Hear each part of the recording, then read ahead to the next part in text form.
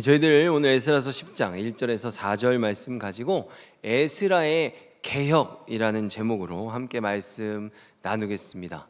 여러분, 저희들 지난 시간에요, 에스라서의 에스라가 에스라 7장이 돼서요, 드디어 2차 포로기한의 주역이 돼서 이스라엘 땅으로 돌아왔습니다. 그리고 에스라서 8장에서는요, 그 여정이 굉장히 험난한 여정이었는데요, 그 모든 과정들이 어떻게 이루어졌는지에 대해서 굉장히 자세한 그 과정과 사항들을 알려주었습니다. 그리고 매우 중요한 부분은요, 그들이 바로 그 이스라엘 땅에 도착하자마자 가장 먼저 무엇을 했는가 하면 하나님께 번제를 드렸습니다. 그래서 저희들이 이 모습을 통해서요, 에스라 지금 성전의 회복을 위해 돌아온 것 아닙니까? 우리들도 정말 이 성전의 회복에 있어서 가장 중요한 것이 무엇인가? 어떤 성전이라는 건물만 지어놨다고 된 게 아니라 또다시 무너진 공동체이지 않습니까? 바로 예배의 회복에서부터 그것이 시작된다는 그 교훈을 얻을 수 있었습니다. 그런데 여러분, 죽기 살기로 목숨 걸고 정말 고국으로 돌아온 거 아닙니까? 근데 이제 들어와서 그 예배를 딱 드리고 나서 그 나라를 보니까요, 에스라엘의 눈앞에 펼쳐진 그 광경이 정말 말도 못할 정도로 참담했습니다. 여러분, 저희들 속담에 윗물이 맑아야 아랫물도 맑다라는 말이 있습니다. 그렇죠? 무슨 뜻입니까? 당연히 물이라고 하면 그 샘의 근원이 깨끗해야 그곳에서부터 흘러 내려오는 그 물도 깨끗할 것입니다. 이것을 사람으로 따져보면요, 그 윗사람이 본이 되는 삶, 본을 보여줘야 그것을 보고 자라는 아랫사람도 올바른 삶으로 나아갈 수 있다는 겁니다. 그런데 에스라가 이 본토 땅에 와서 목도한 이 상황은요, 정말 이 윗물에서부터 가장 심각하게 오염되어 버린 그런 최악의 상황이었습니다.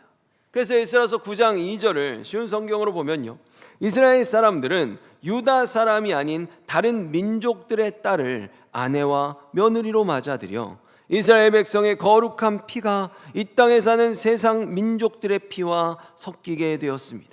이스라엘의 지도자와 관리라는 사람들이 오히려 이런 일에 앞장을 섰습니다. 아멘. 여러분, 어떻습니까? 사실 이스라엘요, 출애굽했죠. 출애굽에서 하나님의 약속대로 광야를 지나 가나안으로 들어왔습니다. 그곳에서 잘 정착을 했어요. 근데 이스라엘 그곳에서 하나님의 약속대로 말씀 따라 잘 살면 되는데 왜 성전은 다 무너지고 나라는 뺏기고 왕들은 모조리 죽고 바벨론 땅으로 그들 왜 끌려갔습니까? 사실 그들이 그곳에 들어가기 전부터 하나님께서는 그들에게 경고하셨습니다. 어떻게 경고하셨죠? 모세를 통해, 율법의 수여자인 모세를 통해서 모압 평지에서 요단강을 건너서 모세는 가나안에 못 들어가니까 거기서 모세가 이스라엘 백성들을 가르쳤어요. 그래서 신명기 7장 2절에서 4절의 말씀을 보면요, 내 하나님 여호와께서 그들을 내게 넘겨 내게 치게 하시리니 그때 너는 그들을 진멸할 것이라. 그들과 어떤 언약도 하지 말 것이요 그들을 불쌍히 여기지도 말 것이며 또 그들과 혼인하지도 말지니 내 딸을 그들의 아들에게 주지 말 것이요 그들의 딸도 내 며느리로 삼지 말 것은 그가 내 아들을 유혹하여 그가 여호와를 떠나고 다른 신들을 섬기게 하므로 여호와께서 너희에게 진노하사 갑자기 너희를 멸하실 것임이니라. 아멘. 어떻습니까? 전부나 우상 숭배 때문이었습니다. 그런데 여러분이 우상 숭배가요, 그냥 이렇게 일상에서 살다가 어느 날 갑자기 문득 우리 하나님 말고 다른 신도 한번 섬겨볼까? 이런 호기심에서 시작되는 게 아니라는 것입니다. 지금 뭐라고 말하고 있습니까? 가장 가까운 이유로 우상 숭배자들과의 혼인을 통해 그것이 이루어질 것이다 라고 하나님이 분명하게 모세를 통해 경고하셨어요. 여러분, 어떻습니까? 모압 평지잖아요. 아직 가나안 땅에 입성하지도 않았죠. 그러나 하나님은 이미 그들의 삶을 알고 계시잖아요. 그래서 미리 경고하시는 것입니다. 그런데 그렇게 분명히 말씀을 받았음에도 불구하고 넘어지고 다시 데리고 오면 또 넘어지고 이것을 계속 반복하는 그 지긋지긋한 우상 숭배 때문에 나라가 멸망하고 성전은 회파되고 결국에 그렇게 고생하면서 그 바벨론에서 그 힘든 시기를 살았잖아요. 우리가 얼마나 잘못했는지 거기서 다 깨달은 거 아닙니까? 근데 그렇게 하고서 70년 만에 너희들의 성전을 다시 세운다는 그 약속을 지키시는 그 하나님의 신실하심 때문에 기적적으로 돌아왔습니다. 방해도 많았어요. 그럴 일이 있을까? 도저히 상상할 수 없는 상황이었죠. 왜? 그들은 계속 포로의 상태였기 때문입니다. 근데 말도 안 되게 고레스가 갑자기 칙령을 내리고 너희들 돌아가서 성전까지 지으라고 해서 돌아와서 성전을 지었는데 정말 하나님의 약속대로 70년이 딱 된 것입니다. 엄청난 일이잖아요. 그렇지 않습니까? 근데 그렇게 하고서 돌아와서 성전까지 지금 완공을 했는데 일반 백성도 아닌 알만한 사람들이, 그것도 최고위층의 그 지도자들이 이런 죄악에 지금 으뜸이 되었다고 말합니다. 지금 이방 여자와 결혼한 남자들의 목록이요, 에스라서 10장 18절에서부터 나오고 있습니다. 그 목록을 보면 순서가 이렇게 진행돼 가고 있어요. 제가 앞부분만 따서 읽어보면요, 18절에 제사장의 무리 중에 이방 여인을 아내로 맞이한 자는, 제사장 제일 먼저 나왔죠. 그 다음 23절에 레위 사람 중에서는, 성전에서 일하는 사람들이죠, 봉사자들. 24절로 가면요, 노래하는 자 중에서는, 그 다음 25절로 가면 이스라엘 중에서는. 아멘. 어떻습니까? 사실 백성들보다 훨씬 더 많아요. 노래하는 사람들도 성전에서 찬양하는 사람들이지 않습니까? 이처럼 다른 누구도 아닌 하나님의 백성들을 대표하고요, 그 백성들을 통해서 하나님께 나갈 때 그 예배를 주관하는 자들이 앞장서서 지금 이런 악행을 저질렀습니다. 여러분, 이런 공동체에서 어떤 희망을 볼 수 있겠습니까? 결국 에스라는 그 자리에서 절망하고 맙니다. 그러면서 에스라는요, 다음 행동으로 나아가게 돼요. 그런데 여러분, 에스라의 행동이요, 세상 지도자들의 행동과는 많이 다릅니다. 무엇이 다른가 하면요, 에스라는 사실 아닥사스다 왕으로부터요 모든 권세를 그 조서를 통해 다 부여받았어요. 얼마든지 그 사람들 다 바로 그 자리에서 다 법적으로 이렇게 판결을 내리고 재산을 몰수할 수도 있었고요, 그 자리에서 즉결 처형까지 할 수 있는 그 정도의 권세를 가지고 왔습니다. 그런데요, 에스라는 화를 내고 분을 내되 그것을 사람에게 하는 것이 아니라 지금 인간의 이 뿌리 깊은 죄에 대해서 분노하지만 그 죄 지은 사람들을 하나씩 불러내서 너 일로 와봐, 너 제사장이 뭐 하는 거야, 이렇게 해서 그 사람들을 처형하지 않았습니다. 에스라가 무엇을 했을까요? 9장 3절과 5절에서 7절, 조금 길지만 제가 읽어보겠습니다. 내가 이 일을 듣고 속옷과 겉옷을 찢고 머리털과 수염을 뜯으며 기가 막혀 앉으니 저녁 제사를 드릴 때 내가 근심 중에 일어나서 속옷과 겉옷을 찢은 채 무릎을 꿇고 나의 하나님 여호와를 향하여 손을 들고 말하기를, 나의 하나님이여, 내가 부끄럽고 낯이 뜨거워서 감히 나의 하나님을 향하여 얼굴을 들지 못하오니 이는 우리 죄악이 많아 정수리에 넘치고 우리 허물이 커서 하늘에 미치미니이다. 우리 조상들의 때로부터 오늘까지 우리의 죄가 심하매 우리의 죄악으로 말미암아 우리와 우리 왕들과 우리 제사장들을 여러 나라 왕들의 손에 넘기사 칼에 죽으며 사로잡히며 노략을 당하며 얼굴을 부끄럽게 하심이 오늘날과 같으니이다. 아멘. 여러분, 이 마지막 부분 어떻습니까? 오늘날과 같으니이다. 갔다 왔는데요, 똑같다는 거예요. 하나도 안 달라졌다는 거죠. 근데 이 에스라가 어떻게 합니까? 자기의 겉옷과 속옷을 지금 찢고 머리털과 수염까지 잡아 뜯었다고 말하고 있습니다. 그러다가 또 너무 기가 막혀가지고 우리들 멍 때린다 그러잖아요. 넋이 나간 사람처럼 가만히 앉아있다가 또 속이 막 너무 타니까 여호와 하나님께 손을 들고 기도를 합니다. 그런 상황에서 그렇게 하고 있다는 거죠. 근데 여러분, 지금 에스라가 어떻습니까? 이 모든 분냄과 고통 가운데 이걸들 사람들에게 털어내고 그들을 막 자기 힘으로 제압한 게 아니라 바로 하나님을 향해서 그가 두 손을 들고 기도했다는 것입니다. 무슨 기도를 합니까?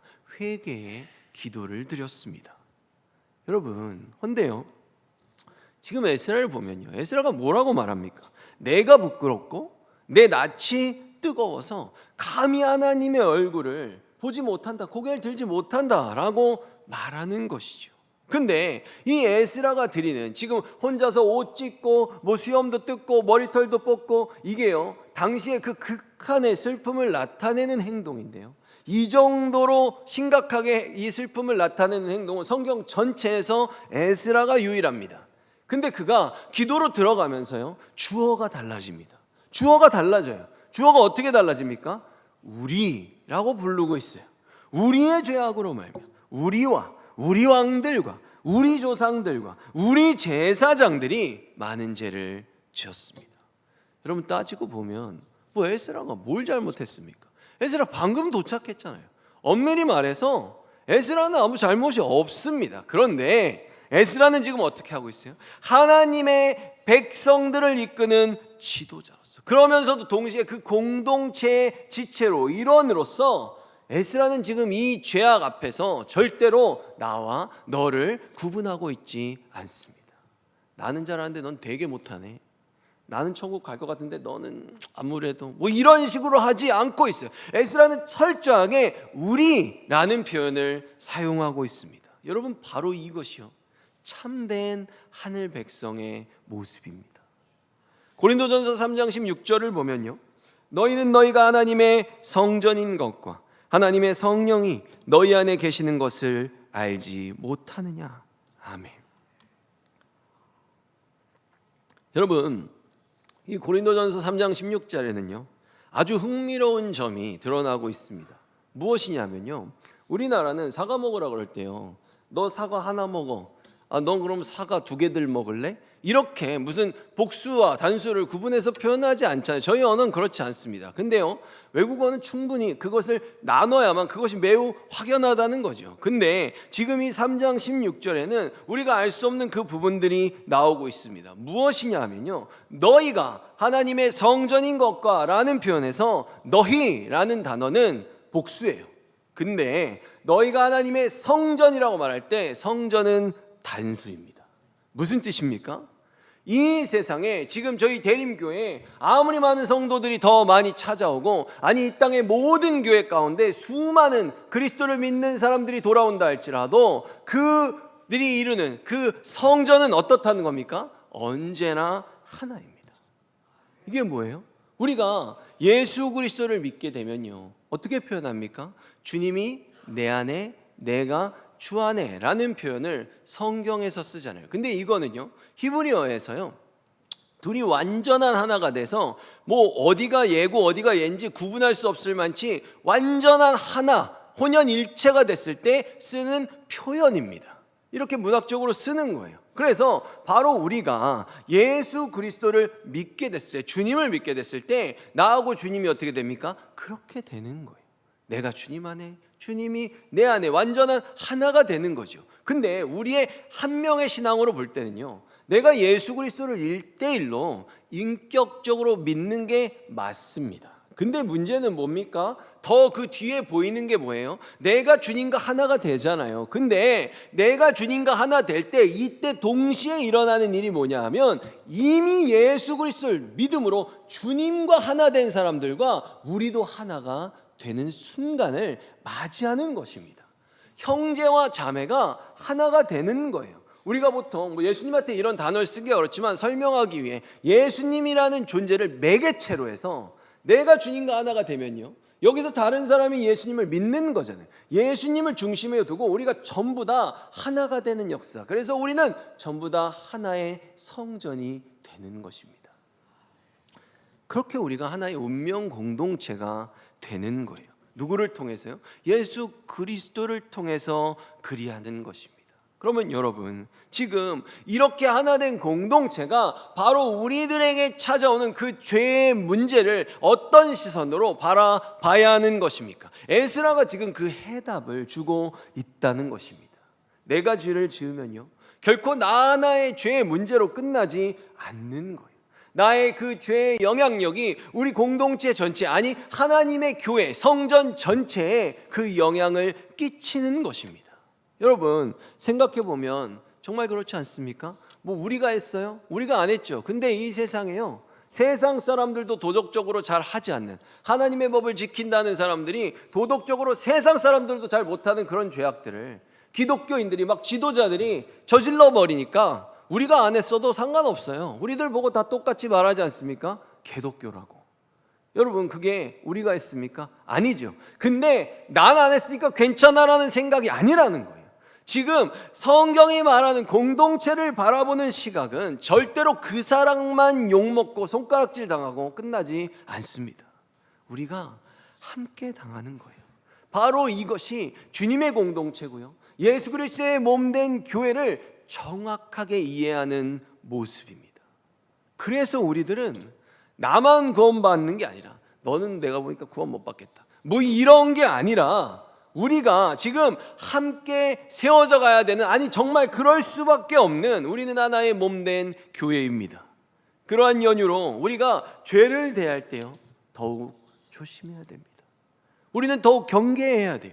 여러분, 지금의 에스라처럼요, 저희들은 언제나 하나로 존재하기 때문에 이 공동체의 죄를 위해서, 어찌 보면 더 크게 이 세상 모든 흩어져 있는 하나님의 백성들의 그 죄를 나의 죄로 여기며 우리가 기도할 수 있어야 합니다. 10장 1절에 보면요, 에스라가 하나님의 성전 앞에 엎드려 울며 기도하여 죄를 자복할 때, 그럼 어떻습니까? 나는 죄 안 지었으니까 뭐 괜찮아, 너희들 아무래도 안 되겠다, 나나 잘해야 되겠다, 뭐 이런 생각을 지금 에스라는 아예 하지를 않고 있다는 거예요. 주님 안에서 하나 된 그 운명 공동체를, 그것을 나의 가장 큰 슬픔과 나의 가장 큰 애통함으로 놓고 지금 에스라는 가장 앞선 자로서 그들을 위해 기도하고 있지 않습니까? 그것이 그들이 아니라 하나님의 나라 전체요, 백성 전체요, 내가 속한 나의 그 공동체의 구원 때문입니다. 그런데요, 에스라가 이렇게 하니까요, 놀라운 일이 일어납니다. 10장 1절 후반부까지 제가 같이 읽어보겠습니다. 에스라가 하나님의 성전 앞에 엎드려 울며 기도하여 죄를 자복할 때, 죄를 막 지금 자복하고 있는 거예요. 그 성전 앞에 가서 엎드려서 막 울면서 하고 있는 거죠. 그때 놀라운 역사가 일어납니다. 많은 백성이 크게 통곡하며 이스라엘 중에서 백성의 남녀와 어린아이의 큰 무리가 그 앞에 모인지라. 아멘. 에스라가 손을 들고요, 엎드려서 울면서 회개하고 있는데요, 이스라엘 백성들이 그 에스라의 주변으로 하나 둘씩 모여드는 것입니다. 그들에게도 성령의, 그 주님의 회개의 영이 임해서 그들이 함께 큰 소리로 울기 시작합니다. 여러분, 우리의 애통, 우리의 슬픔은요, 뭐 누가 사서 뭐 땅 사서 배 아프고, 누구는 차 사서 좋겠고, 뭐가 부러워서 애통하고 슬퍼하고 이런 거 아니고요, 나의 죄악의 참상을 바라보며 울 수 있는 애통이어야 됩니다. 예수님께서 말씀하시죠. 애통하는 자는 복이 있다. 그리고 지금 그 에스라의 애통에 놀라운 회개의 역사가 지금 일어나고 있습니다. 그런데 여러분, 이 회개가요, 자신의 죄를 깨닫고 돌이키는 것이잖아요. 근데 이 회개 자체가 우리를 구원할 수는 없습니다. 이게 무슨 뜻이냐면요, 큰 유리창이 있어요. 큰 유리창이 있는데 제가 그 유리창을 쨍그랑하니 완전히 산산조각 깼어요. 죄를 지었어. 그게 죄라는 걸 깨닫게 됐어요. 그래서 아무리 잘못했다고 제가 속옷과 겉옷을 찢고 수염과 머리털을 막 잡아 뜯으면서 울면서 후회해도요, 이 유리창 조각들이 갑자기 타다닥 붙으면서 모여가지고 원래의 모습으로 유리창으로 탁 해서 거기에 붙지 않습니다. 왜입니까? 창세기 2장 17절을 보면요, 선악을 알게 하는 나무의 열매는 먹지 말라, 내가 먹는 날에는 반드시 죽으리라 하시니라. 여러분, 이게요, 한마디로 말하면 잘 정리한 말씀이 로마서에 나옵니다. 6장 23절 보면요, 죄의 삭은 사망이요. 아멘. 무엇이냐면요, 여러분, 죄에는요 대가가 따릅니다.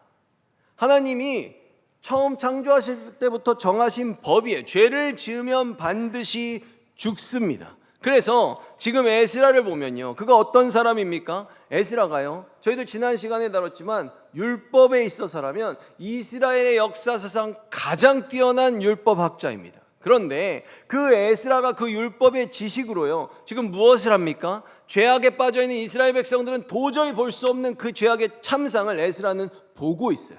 왜? 하나님의 말씀을 너무나도 깊이 보고 있기 때문이죠. 그래서 속옷과 겉옷을 찢고 수염과 머리털을 잡아 뜯었습니다. 근데요, 거기까지만 알 수 있습니다. 이 깨진 유리 조각들을 바라보면서 이대로는 우리 다 죽어. 도저히 살 수 없어. 그리고 이건 내 능력으로는 절대로 원상복귀를 시킬 수 없어. 그 죄악의 참성을 깨닫고 알리고 울며 애통할 수 있죠. 근데 에스라가 할 수 있는 건 거기까지입니다. 왜요? 유리가 깨졌다고 후회만 하면 아무것도 달라지지 않기 때문입니다. 무엇이 필요합니까? 유리값을 물어줘야 새 유리를 사다가 끼울 거 아니겠습니까? 그런데 지금 그래서 에스라가 무엇을 합니까? 15절에 주께 범죄하였사오니 이로 말미암아 주 앞에 한 사람도 감히 서지 못하겠나이다 하니라. 아멘. 지금 주님이 분명히 약속을 해주셨어요. 그래서 돌아왔죠. 그래서 이 약속이 성취됐습니다. 성전도 지었어요. 근데 또다시 범죄함으로써 갔다 오니만 못한 똑같은 상황을 만들어 놨습니다. 그래서 우리들 전부 다 주님 앞에 설 수 없다고 지금 선포합니다. 이러한 연유로 에스라는요, 하나님께서 도우신다라는 뜻이에요. 근데 이것이요, 율법으로 되는 게 아니라 진정한 하나님의 도우심을 통해서 가능해질 수 있는데요, 애통하는 자에게 복이 있다 그러죠. 그럼 그 복이 무엇입니까? 로마서 6장 23절 후반절에 나옵니다. 하나님의 선물은 주 예수 그리스도 안에 있는 영생입니다. 아멘. 여러분, 바로 이 로마서 6장 23절의 후반부에 나오는 이 역사가 바로 예수 그리스도께서 우리에게 말씀하시는 큰 복입니다. 그리고 이것이 은혜예요. 처음 드렸던 회개의 기도는 분명히 구원의 과정이 될 수 있고요, 그러나 그것이 구원의 근거가 될 수는 없습니다. 지금 오늘 본문을 보면요, 이 에스라서 우리가 지금 9장에서 10장을 보고 있는데요, 여기서 제일 중요한 구절을 저에게 꼽아보라면 그래서 바로 이 구절입니다. 19절을 보면요, 이들은 모두 아내와 헤어지기로 약속했습니다. 그리고 각 사람은 순양 한 마리씩을 허물을 씻는 제물인 속건제물로 바쳤습니다. 아멘. 무엇입니까? 우리의 죄를 위해 제물이 되어 죽으신 그 예수 그리스도의 대속입니다. 이것이 핵심이에요. 왜냐하면 피 흘림이 없은즉 사함이 없기 때문입니다. 회개하며 애통만 하는 것으로 문제가 해결되지 않아요. 그 죄에 대한 대가인 죽음의 값을 누군가는 치러야 우리가 이 애통에서 벗어날 수 있기 때문입니다. 미가서 7장 19절의 말씀을 보면요, 다시 우리를 불쌍히 여기셔서 우리의 죄악을 발로 밟으시고 우리의 모든 죄를 깊은 바다에 던지시리이다. 아멘. 여러분, 이게 하나님이요, 죄를 이렇게 지워주신대요. 이거 굉장히 이렇게 활동적이고 행동적인 언어들이 여기 들어가 있지 않습니까? 죄악을 발로 밟은대요. 싸워서 이기는 그 승리자의 모습이 드러나는 것 같습니다. 죄를요, 바다에 이렇게 던져버린대잖아요. 누가 너 괴롭혔어? 얘야? 던져. 약간 이런 것처럼 지금 엄청나게 강력한 승리자의 모습으로 그만큼 우리의 죄를 도말하시는 하나님의 역사가 드러난다는 것입니다. 여러분, 바로 이거예요. 우리는 죄를 볼 수 있죠. 율법으로 깨달을 수 있어요. 그러나 결국 우리를 구원하실 수 있는 분, 우리에게 참된 축복을 허락하실 수 있는 것, 그것은 바로 너희의 모든 죄와 불법을 기억지 않으시겠다는 그 대속의 은총 때문에 우리는 살 수 있는 것입니다. 이처럼 오직 예수 그리스도의 십자가의 은혜만이 우리를 깨끗게 하시고요, 다시금 살아난, 그래서 살아가는 하늘 백성으로 돌이키게 만드십니다.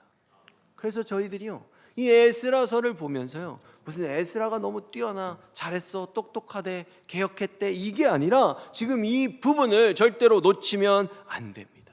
우리가 아무리 통회하고 자복한다 할지라도요, 결국 우리를 살리고 우리를 회복시킬 수 있는 건 예수 그리스도의 은혜뿐이란 걸 말입니다. 그런데 여러분, 하나가 더 있습니다. 우리는요, 그 신앙이 여기서 끝나면 안 돼요.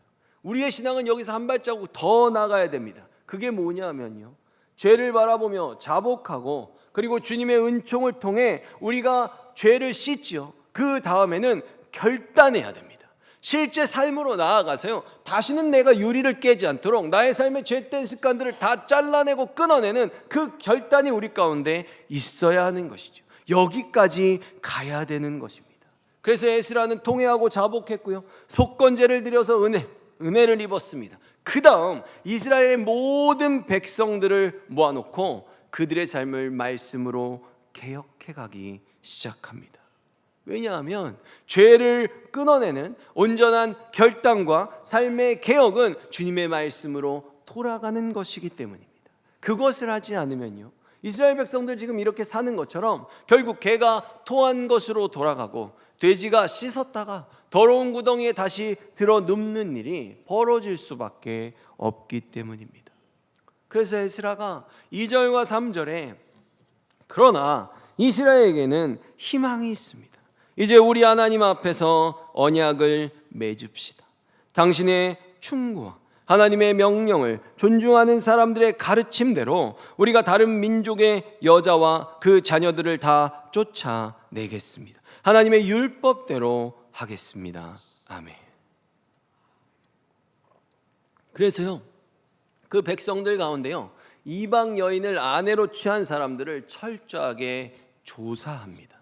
그리고서요, 그 이방 여인들과 그 소생들까지 다 내보내기로 결단합니다. 결정을 내린 거예요. 그런데 저희들은요, 여기서 그런 생각해 볼 수 있습니다. 그럼 이방 여인들에게는, 그 자녀들에게는 그 어떤 기회도 주지 않고 그냥 무조건 다 일방적으로 내쫓았는가 라는 의문을 가질 수 있어요. 그러나 에스라서의 내용을 보면요, 그 회개의 기회가 아예 없지는 않았다라는 것을 생각해 보게 됩니다. 6장 20절과 21절의 말씀을 보면요, 에스라서 제사장들과 레위 사람들이 일제히 몸을 정결하게 하여 다 정결하매 사로잡혔던 자들의 모든 자손과 자기 형제 제사장들과 자기를 위하여 유월절 양을 잡으니 사로잡혔다가 돌아온 이스라엘 자손과, 이제부터는 다른 사람들입니다. 이방인들에 대해 말하는 거예요. 자기 땅에 사는 이방 사람의 더러운 것으로부터 스스로를 구별한 모든 이스라엘 사람들에게 속하여 이스라엘의 하나님 여호와를 찾는 자들이 다 먹고. 아멘. 어떻습니까? 이들이 돌아와서요, 유월절을 지키는 이 장면을 보면요, 지금 이들의 사회 속에서 꼭 이스라엘의 순수 혈통이 아니더라도 자신들이 그 이방 사람의 더러운 것으로부터 지금 자기를 스스로 구별한, 그 죄를 씻어낸 사람들, 그래서 내가 이 사회에 속해서 하나님의 법 지키며 살고 싶다라고 하는 사람들을 지금 함께 살아갈 수 있는 그 자격을 부여했다는 것을 볼 수 있습니다. 이것이 처음부터 하나님의 뜻이었어요. 근데 어떻습니까? 끊임없는 설득에도 불구하고 그들의 아내가 끝까지 그 여호와 하나님을 거부한다면, 그래서 그 우상을 섬기겠다는 고집을 꺾지 않으면 아내도 내보내고요, 아내뿐만 아니라 자녀들도 함께 내보내야 됐습니다. 여러분, 이것이요, 이들 지금 바벨론에서 왔죠. 원래 바벨론 땅에서도 보면요, 이혼을 하게 되면요, 그 양육권이 어미에게 갑니다.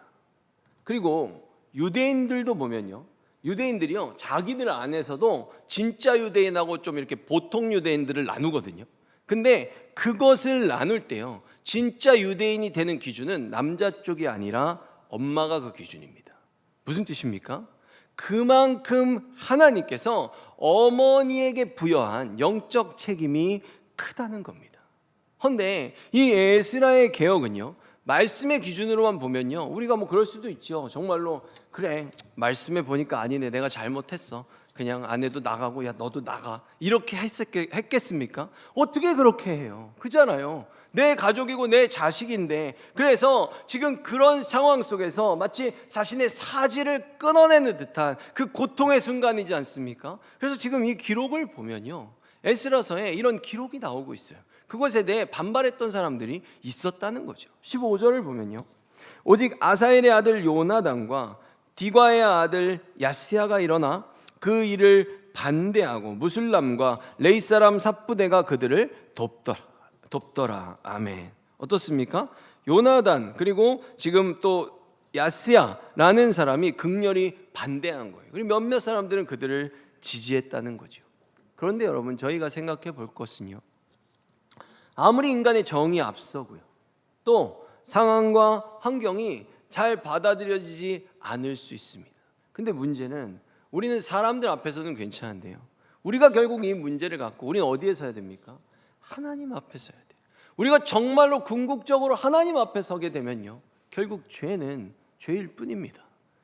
우리는 그럴 수밖에 없어요. 이것은 하나님의 기준이기 때문이죠. 이처럼 죄는 보암직스럽고 먹음직스럽고 지혜롭게 할 만큼 탐스러워 보일 수 있습니다. 근데 그것을 품게 되면 어떻게 되는 것입니까? 그것은 예외가 없어요. 여지없이 죽습니다. 저희들은 그래서 악은 어떤 모양이라도 버려야 됩니다. 말씀을 맺겠습니다. 오늘 에스라는 회개했어요. 그리고 주님의 은혜를 덧입었습니다. 그 후에는 그 모든 죄의 습관들, 삶의 죄의 요소들을 단호하게 끊어내는 삶의 개혁으로 나아갔습니다. 그럼 여러분, 이 문제를 저희들의 삶과 우리의 성전으로 가져와 보겠습니다. 우리들의 예배와 우리들의 성전은 정말 안녕하십니까? 아까도 나누었듯이요, 우리의 성전은 나만의 성전이 아니에요. 언제나 지금 대림교회, 더 넓게 이 모든 한국교회 이 성전이 정말 안녕한가를 보고요, 그것들이 우리들의 눈에 보여질 때 우리는 에스라와 같이 기도할 수 있어야 됩니다. 내가 잘나서가 아니에요. 하나님의 백성들에게 주신 의무가 그것이기 때문에 우리는 그것을 나의 문제로 가져와 애통하고 자복할 수 있어야 하는 것입니다. 그러니 저희들 부디 이 매일의 삶 속에서 악은 어떤 모양이라도 버리기 위해서 에스라처럼 말씀을 알아야 되잖아요. 말씀을 먹으며 분별하며 살아가야 합니다. 그리고 행여라도 우리들 가운데, 아니 어디에서든지 그 범죄함이, 하늘 백성의 범죄함이 드러났을 때는요, 모두가 함께 하나 되어 통회하고 자복하며 기도해야 됩니다. 그래야 저희들도 지금의 에스라와 이스라엘 백성들처럼 하나님의 선한 손에 그 도우심으로 인해서 그 공동체 가운데 참된 부흥과 진정한 개혁을 경험할 수 있을 것입니다. 저희들이 이곳까지 나아갈 수 있는 그런 공동체로 세워져 가기를 예수 그리스도의 이름으로 축원합니다.